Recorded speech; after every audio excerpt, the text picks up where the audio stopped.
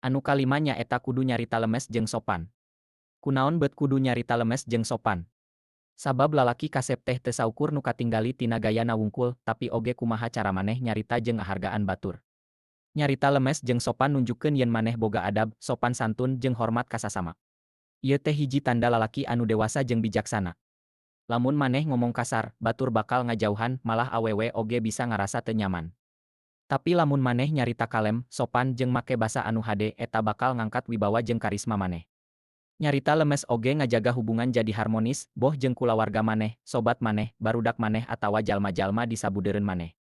Ari sopan santun teu kudu pura-pura, tapi kudu asal tina hate anu ikhlas jeung niat hade. Lalaki kasep teh anu bisa ngatur omongan supaya ngahudangkeun rasa hormat jeung kapercayaan, lain ngan ukur nyarita pikeun pintonan wungkul. Inget coy, lemes dina omongan teh jadi cerminan hate anu bager jeung budi pekerti anu luhur.